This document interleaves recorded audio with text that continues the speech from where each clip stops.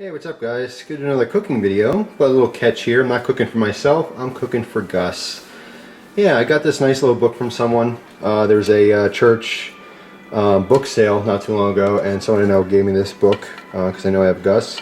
And it's the Doggy Bone Cookbook for small dogs. It's pretty neat. Comes with a little cookie cutter shaped like a dog bone, and there's a bunch of recipes in here for different homemade dog treats. So interesting. Of course, funny names for them, like the Cinnabone, which is a cinnamon flavored dog treat. Bark BQ. You know, it's kind of a kid's thing here. Veggie Bite. Anyway, there's a recipe here I want to try. It's called peanut butter. Ha ha ha. But anyway, it seems really simple. There it is. We're going to try it. All you need is some peanut butter, vegetable oil, water, whole wheat flour, and oatmeal. Now I had everything in the house already for this except for the whole wheat flour. Went to the store and got it. It was cheap. Flour's not expensive. So anyway, in this video we're going to try to cook this and see how it comes out. This is some dog treats I usually give Gus. These things on the bottom were recommended by a vet. They're like super all natural, blah blah blah, but you know, super expensive. And on top I have turkey meatball things and like chicken. Looks like grilled chicken. And I mean, it looks so good I want to try it, but those I believe are Milo's Treats, the brand. Anyway, all touted as being all natural and good for dogs and no filler and blah blah blah, but you know what, they're expensive and I don't really know what's in them, so I'd rather make him treats that I'm physically putting my own ingredients together. Plus it's kind of fun, it's nice. There's a Christmas treat in here I'm going to do towards Christmas time as well. It just seems like something cool. It's something fun to do. If you have kids, this would be a great little project for your dogs. I'm sure they make books like this for cats too, or whatever kind of pet you have, but I don't know, thought it'd be fun. So stay tuned, I'll be cooking these homemade dog treats. Alright, so here we go. 1 cup of water. Alright, 1 tablespoon of vegetable oil. There we go. Oil. That looks right to me. Alright, so 1/4 cup peanut butter. This is probably the worst thing you can have to mix together. Water, oil, and peanut butter.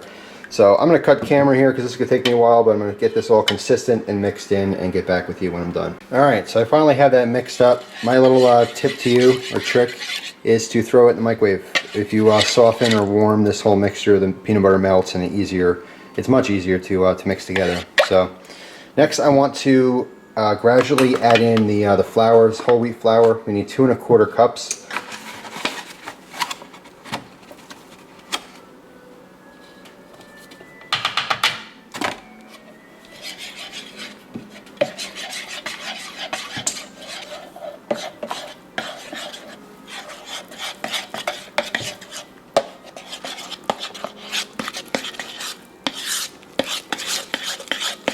Alright, just a note here. I didn't do 2 1/4 cups of that flour. I did more like, I don't know, 1 3/4 cup, and it came out already like a pretty decent dough. So I would just be wary. I think that the recipe calls for a little bit much, but I don't know. The next step here is putting in a 1 cup of oatmeal. Now this is just plain straight oats, rolled oats in water. Okay, so it's unflavored oatmeal. But you know, make your oatmeal to like, you know, regular consistency, and then dump that in. Perhaps I'll end up using all that flour anyway because this is a wet mixture, but I just felt like I should add this first because I don't want to put too much flour in. But who am I to question the dog book? I don't know. So I'm gonna mix this up and I'll get back to you when I'm done and let you know what I think. Alright guys, next step would be to take your dough, okay, which by the way, little tip here, it did take all the flour. But I think that adding the oatmeal after you already incorporated everything else is really difficult. So my suggestion is, I mean, the amounts are right, you know, in the end, of course. Why would the book be wrong and I'd be right? But I think adding the oatmeal in with the other wet ingredients makes total sense. So please do that. You'll save yourself a lot of time and hassle. But anyway, I have a nice firm dough. And it smells kind of like peanut butter and oatmeal. Because that's what it is. But anyway, you want to take this into different pieces. Be better if you have a rolling, rolling pin or something to actually get these flat. You want a 1/4 inch on this. You can get a big old cookie sheet to do this on, but I'm just giving you a demo here. Basically flatten it out to about 1/4 inch or so. Alright, you want to do this a nice big piece. And take your cookie cutter and press yourself out as many as you can. So push down, give it a little twist, and you have your little dog treats. Alright, line those up on a cookie pan, which is what you're looking at here. You may want to spray them, just degrease them, you know, so nothing, or not degrease them, but you want to grease them. It's a pro greasing. And you want to cook these again at 375 for 35 minutes. Then you're going to give it 5 minutes to cool, and we'll check it out. We'll see if Gus likes these. So I'm just going to spend a heck of a lot of time cutting these out. I have enough dough here for, let's see what this suggests it makes. It says it makes 5 dozen. And yeah, I believe it. There's a lot here. So he'll have treats for a really long time. Alright guys, finally. There we go. 35 minutes in the oven at 375, and we'll see how they come out.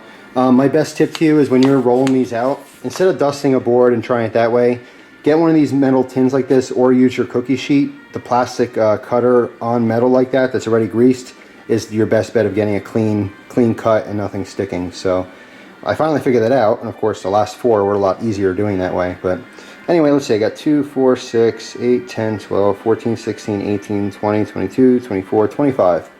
25 dog treats. This is like not even half of the ball of dough, so I'll probably end up freezing the rest because I don't want to spend all day just doing this. But we'll see how these come out, and if they come out pretty good, I'll cook the rest of the dough another time. So here we go. Goes in the oven. I'll be back in 35 minutes. All right, guys, we're all done. Gus has his own little stash here. Look at that, his own little tray of them, which is pretty cool. They came out. I mean, they look like they should. They're hard. You know, let's see if I break one in half. Not too hard to break in half. I mean, the same consistency you get from like a store treat. Also, Gus is very generous and he shares with his buddies. So I got a little bag of them here, the ingredients, so that his friend's mommy knows what's in it. But anyway, here, let's try a little piece, see what Gus thinks. What do you think? Ready? Stay. Stay. Okay. The smell. The taste. Lying down. What do you think, Gus?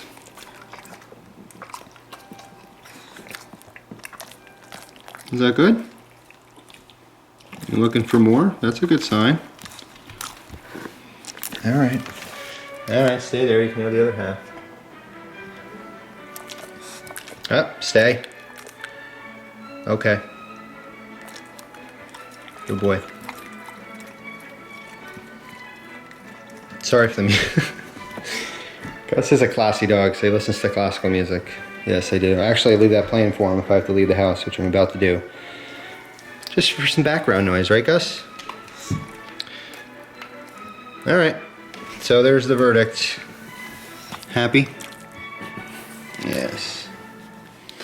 Alright, so homemade dog treats. And I would imagine if you added sugar to this recipe, you'd have like a decent, I don't know, healthy cookie you can eat. I mean, it's pretty straightforward. Everything in there we can eat as people, you know, so it's not some funky, you know, pet-specific ingredients. So thanks for watching, guys. Appreciate your time as always, and I hope you guys enjoy the rest of your day. Take care.